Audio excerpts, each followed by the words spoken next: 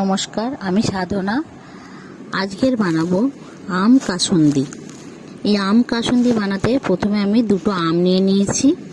আমগুলোকে ভালো করে ছাড়িয়ে নিয়েছি।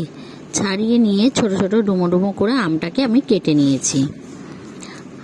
নিয়েছি 50 গ্রাম সাদা সর্ষে আর 50 গ্রাম কালো সর্ষে। সাদা সর্ষে আর কালো সর্ষেটাকে এবার কাঁচা লঙ্কা দিয়ে আমি ভালো করে পেস্ট করে নেব। দিয়ে দিয়েছি বেশ কিছুটা কাঁচা লঙ্কা, দিয়ে দিলাম সাদা সর্ষে আর কালো সর্ষে, দিয়ে ভালো করে মিক্সিতে দিয়ে দেবো পরিমাণ মতন লবণ আর হলুদ। এই সময়তেই আপনারা পরিমাণ মতন লবণ আর হলুদটা দিয়ে দেবেন। দিয়ে ভালো করে আমি পেস্ট করে নিয়েছি। এবার যে কড়াইতে আমি বানাবো সেই কড়াইতেই ডাইরেক্ট আমি পেস্টটা ঢেলে দিলাম। এবার ওই মিক্সির বাটির মধ্যেই আমগুলোকেও আমি ভালো করে পেস্ট করে নেব। এমনভাবে পেস্ট করবেন যেন একটু দানা দানা না থাকে। ওই সর্ষের পেস্টের মধ্যেই আমটাকেও দিয়ে আমি মশলার বাটিটা ভালো করে ধুয়ে আমি একটুখানি জল দিয়ে দিলাম। দিয়ে ভালো করে আমি মিক্স করে নিয়ে আমি গ্যাসে বসিয়ে দিয়েছি।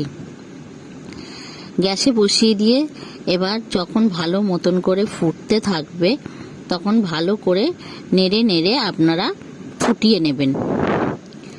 এটাকে ভালো করে নেড়ে চেড়ে ফোটাতে হবে যতক্ষণ না ভালো মতন করে জলটা শুকনো হয়ে যায় আর যে সর্ষের পেস্টটা বেশ গাঢ় হয়ে যায়। এবার যখন ভালো মতন ফুটে গেছে দিয়ে দেবো প্রায় 1 থেকে 150 মতন সর্ষের তেল।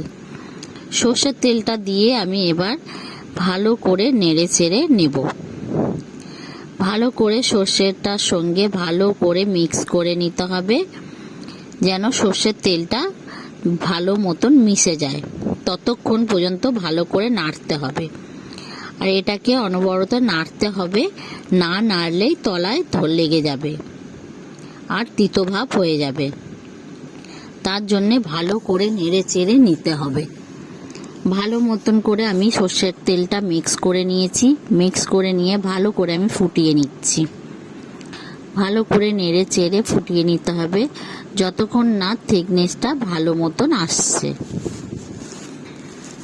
সর্ষেটা দেখেন ভালো মতনই আমার ফুটছে। এবার প্রায় হয়ে এসেছে। এবার আমি এটাকে ভালো মতনই থিকনেস হয়ে গেছে, এরকমই আমি নামাবো, এর চেয়ে আর গাঢ় করব না। এবার এর মধ্যে দিয়ে দেবো আমি 1 চামচ মতন ভিনিগার। ভিনিগারটা দিয়ে দিলে মানে বেশি দিন পর্যন্ত একটু থাকে, জিনিসটা নষ্ট হয় না, অনেক দিন পর্যন্ত সংরক্ষণ করে রাখা যায়। আমি ভিনিগারটাকে দিয়ে ভালো করে মিশিয়ে নিয়েছি। এবার এটাকে ঠান্ডা করে নিলেই আমার কাসুন্দিটা রেডি। আপনারা এবার এটাকে এয়ারটাইট কাঁচের বয়েমে রেখে দিতে পারেন বা এয়ারটাইট কোনো কৌটোর মধ্যেও আপনারা এটাকে রেখে সংরক্ষণ করতে পারেন। এটাকে রোদে না দিলেও চলে, রোদে আপনারা দিলেও জিনিসটা আরও ভালো থাকবে। নাহলে ফ্রিজে রেখেও আপনারা অনেক দিন চালাতে পারবেন এটাকে। আপনাদের যদি এই কাসুন্দি রেসিপিটা ভালো লেগে থাকে একটা লাইক, কমেন্ট, শেয়ার করে দেবেন। আর ফেসবুকে দেখলে আমার পেজটাকে ফলো করে রাখবেন।